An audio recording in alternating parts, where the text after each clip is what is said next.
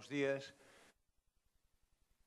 Agradecer al IFEL y al profesor Gianfranco Ferrari su amabilidad por invitarme.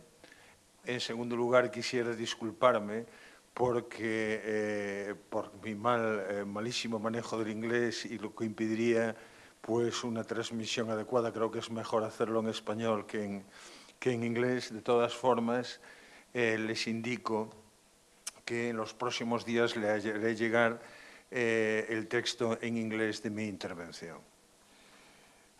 El tema de la simplificación administrativa y de la reducción de costes administrativos es un tema que tiene mucha importancia en España actualmente. Está presidido por un principio que yo creo que guió a la Bauhaus, el less is more, menos es más. Cuanto menos administración, menos intervención de los organismos administrativos, menos trámites, la competitividad, el desarrollo económico, la agilidad de nuestras empresas en un contexto globalizado y la posibilidad de prestación de servicios parece que puede ser más eficiente, como dijo algún autor o algún ponente anteriormente, y mejor. En mi exposición haré 4 partes muy breves, lógicamente, por razones de tiempo. Además que ya estarán ustedes muy cansados siendo esta la última intervención y más sin atenderla en otra lengua como es el español. En primer lugar, una breve referencia al contexto español. ¿Qué significa la simplificación administrativa y su interacción en el ámbito local en la España de hoy, que es totalmente diferente de la España del 2008? En segundo lugar, los supuestos de simplificación administrativa en España, en el momento actual. Básicamente, esta simplificación se estructura en una reducción de cargas administrativas, en una limitación de procedimientos y en una better regulation, una mejor regulación y en el impacto normativo de las nuevas disposiciones. Y esto se traslada a varios campos. Se traslada al campo de la administración electrónica, se traslada al campo de la regulación de normas y también al tema que se ha hablado mucho aquí, de la ordenación territorial. También tiene una enorme significación en la transposición de la Directiva de Servicios, la 123/2006 del Consejo de Europa, a los efectos del ejercicio de actividades y de la prestación de servicios. En tercer lugar, me referiré al impacto específico de la simplificación en el ámbito local, dando 2 ejemplos, uno desde el punto de vista normativo y otro desde el punto de vista de procedimiento. Por último, haré una reflexión crítica. Soy enormemente crítico con todos estos procesos de simplificación administrativa. Yo creo que por sí mismos no son suficientes, olvidan generalmente al destinatario. En España hay mucha administración electrónica, mucho procedimiento electrónico, pero no sabemos manejar los ordenadores. Y hay una enorme cantidad de gente, tanto en el ámbito rural como de una determinada edad, como de un determinado nivel de formación, que está siendo excluido de estos procesos administrativos. Por otra parte, tenemos un problema político brutal, hablaremos ahora de él, en cuanto que no hay coordinación entre los entes administrativos y la regionalización no está bien resuelta. Y sobre esto hablaremos ahora. Por último, la administración, por cultura, sigue viendo a veces al ciudadano como un enemigo, al que hay que fiscalizar y controlar. No hay una colaboración, ni una cultura de colaboración administración-ciudadano, de tal manera que cuando quiero iniciar un procedimiento o un proceso, solo tengo obstáculos. A título de ejemplo, una persona conocida a la que asesoraba tenía una constructora que operaba en 3 países, Polonia, República Dominicana y España. Inició 3 procesos urbanísticos simultáneamente, construcciones. En Polonia llegó a acabarlo. En República Dominicana lo desarrolló. En España no lo empezó. porque fueron tales los obstáculos que tuvo que renunciar. Cuando pudo hacerlo, ya había llegado la crisis y era invendible. Esta es la situación real. Bien, no sé si se va... ¿Sí? Entendiendo.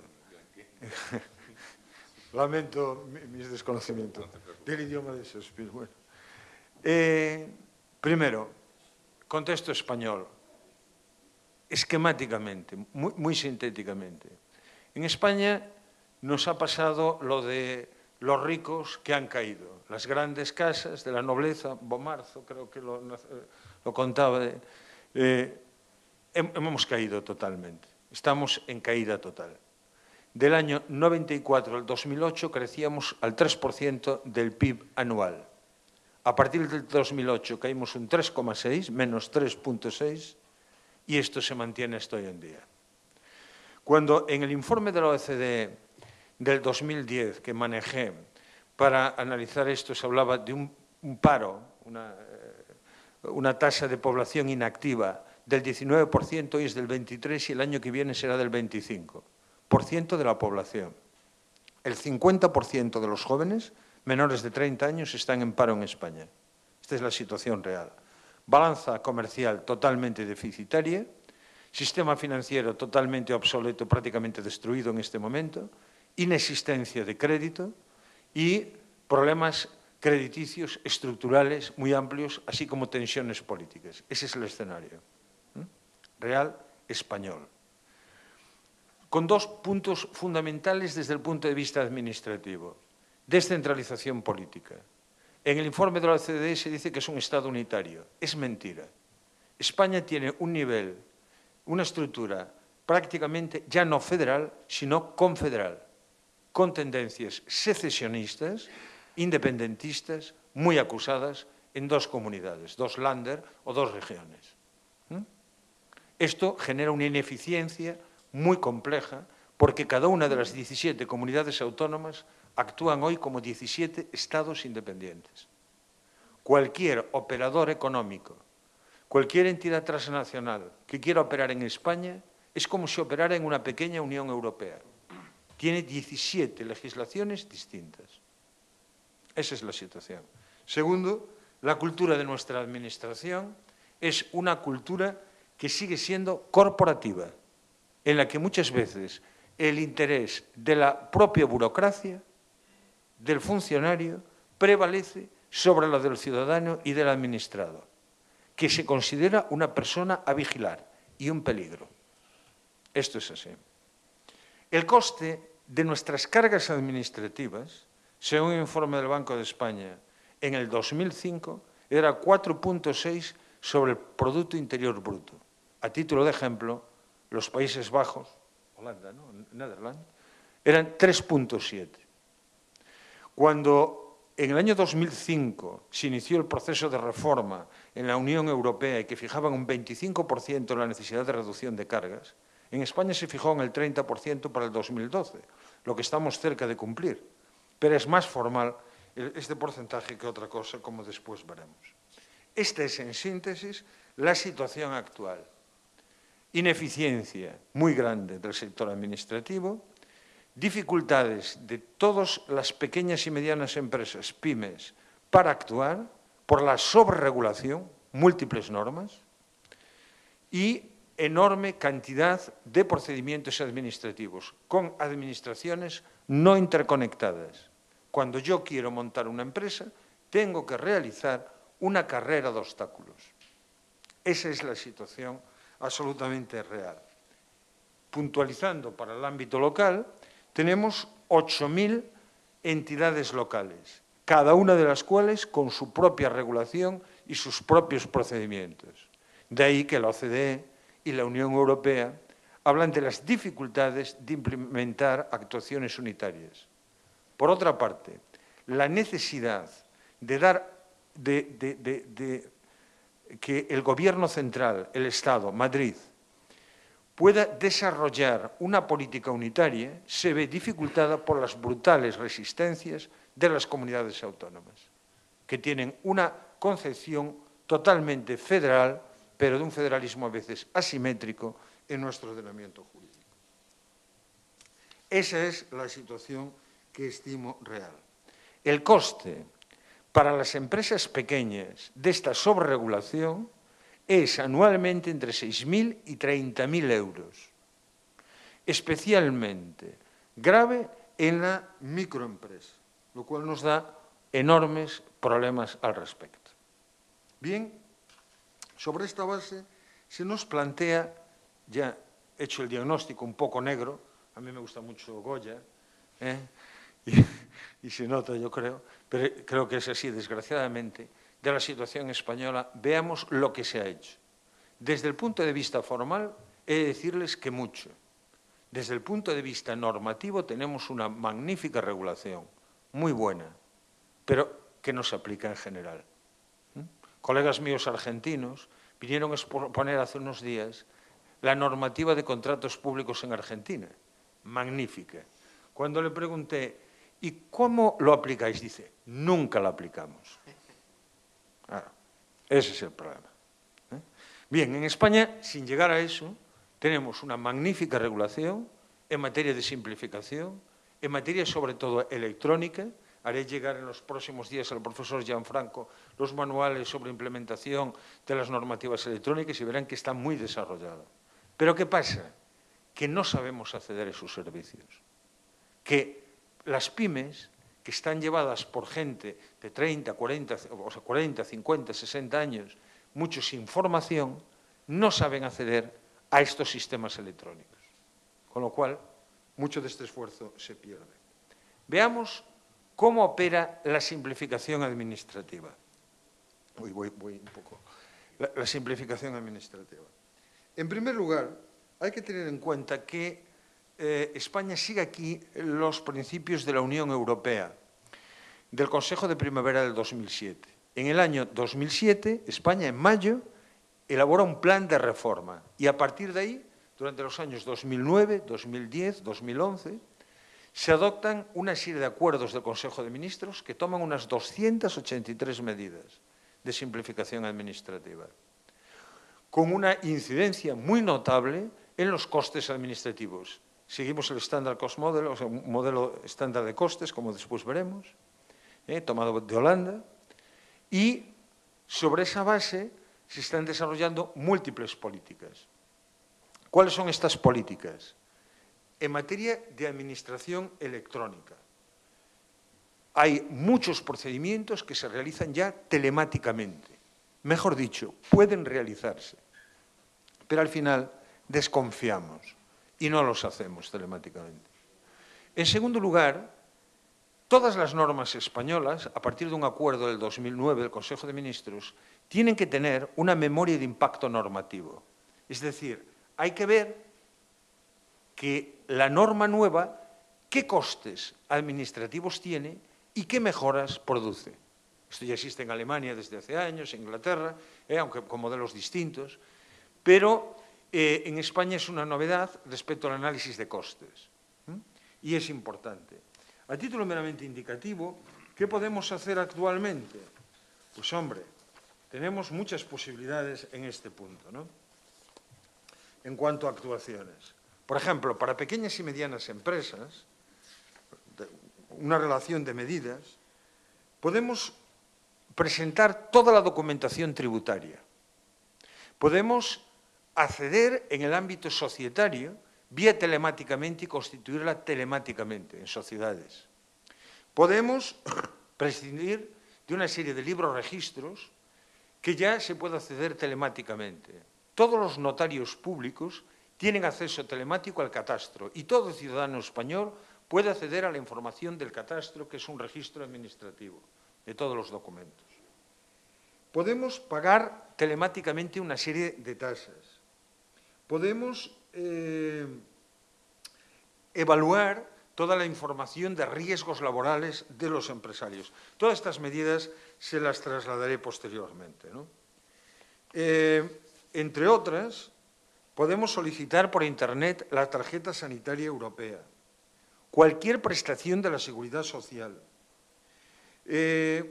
saber las prestaciones por desempleo, los modelos de impuestos, los riesgos laborales, la cartografía, toda la cartografía urbanística. Es decir, tenemos muy desarrollado este sistema, aunque es evidentemente altamente ineficiente por las razones que apuntábamos anteriormente. ¿Qué es una carga administrativa? Carga administrativa, que pretendemos simplificar, es toda actividad administrativa que se exige al ciudadano o al particular empresario para el cumplimiento de una obligación legal. ¿Qué tipos de cargas tenemos? Pues solicitar informes, trasladar documentos, pedir autorizaciones, realizar informes, inscribirnos en un registro, etc. ¿Cómo simplificar o reducirlas? Pues eliminando procedimientos, eliminando plazos, abreviando plazos, estableciendo una tramitación proactiva de licencias o actividades. Todo ello está absolutamente regulado. Como tenemos un tiempo muy justo, simplemente les voy a indicar dos ejemplos claros, o sea, dos supuestos de simplificación normativa. Acaba de promulgarse un decreto, el Real Decreto del Estado, 19/2012, sobre liberalización de servicios y actividades. ¿Esto qué significa? Para sintetizar, entre otras medidas, significa que cualquier empresario o cualquier actividad que se pretenda realizar en España con unas dimensiones de menos de 300 metros cuadrados, que no tenga afección a patrimonio histórico, en Roma sería difícil, y que no tenga consecuencias medioambientales ni necesite un proyecto de obra, sea de gran entidad las obras necesarias, no necesita licencia ni autorización de tipo alguno. Se sustituye por lo que se llama declaración responsable o comunicación previa. Comunicación previa, yo le digo al Ayuntamiento de Roma, voy a abrir una tienda de zapatos, de todos, por ejemplo, que no son malos. Y ya está, y la abro el día siguiente. En la declaración responsable tengo que suministrarle unos datos y decirle que son reales. Es decir, el control ex ante de autorización se sustituye por un control ex post. Esto genera, evidentemente, una mucha mayor facilidad al efecto del desarrollo empresarial. Este decreto también se lo suministraré. Vamos a ver cuáles son esas consecuencias, pero les he de decir que las administraciones locales son muy reticentes, por dos razones. Una, porque siempre piensan que los van a engañar. No está de más pensar así, pero bueno, dada la naturaleza de los españoles en general. Pero es una visión que tienen. Entonces están dictando ordenanzas, normas que muchas veces restringen esta medida, esta liberalización. Por otra parte, tienen miedo, y esto enlaza con el tema de las jornadas, con las finanzas locales. Se pierden las tasas. Todas las tasas de licencias y autorizaciones desaparecen. Se pretenden compensarlas con que al abrir más actividades, más establecimientos, habrá más actividad económica y se podrán generar otro tipo de tasas que compensen esta disminución. Bien, por último, como segundo ejemplo, en el ámbito estrictamente local, en el año 2009, el Estado español celebró un convenio con la Federación Española de Municipios y Provincias, que agrupa todos los municipios y provincias a nivel subregional de España. La provincia es superior al municipio e inferior a la región. En ese convenio del año 2009 se hablaba de intercambio de información y de políticas comunes. Entonces se estructuraron una serie de disposiciones y de medidas de simplificación administrativa. Estas disposiciones de simplificación eran de dos tipos, directas e indirectas. Directas estaban relacionadas con la supresión de procedimientos, se eliminaban procedimientos, o se eliminaban trámites, como el de las autorizaciones, o se eliminaban renovaciones de documentos. Es decir, yo tenía una licencia de apertura y me valía para siempre. O se establecían otra serie de supresión de registros, o se hacían de oficio. Hoy, por ejemplo, ya se puede solicitar pues, cualquier documento o cualquier actuación administrativa en España sin documento nacional de identidad, sin justificación de pago de cargas de la Seguridad Social, etcétera, porque se entiende que la Administración accede electrónicamente a los mismos. Mecanismos indirectos, la supresión de plazos y la técnica española del silencio positivo. Si la Administración no opera, resuelve positivamente. Pero la Administración sigue siendo reacia. Acabo de participar en la elaboración de la Ley de Patrimonio Histórico de Galicia, de mi comunidad autónoma, de mi región. No fui capaz de reducir el plazo de silencio en los procedimientos en materia de patrimonio histórico, que yo pretendía dejarlo en 3 meses y los técnicos de la Consellería exigieron que fuera en 20 meses. A mí me parece desmedido que un administrado tenga que esperar 20 meses mientras la Administración no responde. Hay un problema gravísimo. Ya, para terminar, señalar que se realizaron con lo que se llama el método de estimación de costes, que se le ha suministrado a todos los ayuntamientos, es un manual donde se establecen los costes por la reducción de servicios, teniendo en cuenta no solamente la eliminación, sino el beneficio de la competitividad que se generan, y en el que se tiene en cuenta 3 ítems, que son básicamente la frecuencia en la que se exige el procedimiento, en segundo lugar, la población afectada y, en tercer lugar, el coste económico del procedimiento que se elimina. Pues bien, se estima la posible reducción de costes en varios miles de millones de euros. Como consecuencia de la Directiva de Servicios, se entiende que se puede, en la simplificación, se puede ganar un 1,21 del Producto Interior Bruto. A título meramente ejemplificativo. Y ya con esto acabo. Se ha simplificado el tema de las embarcaciones recreativas. Antes se exigían múltiples procedimientos. Hoy todo se hace con un procedimiento electrónico. Afecta a 100.000 usuarios y el coste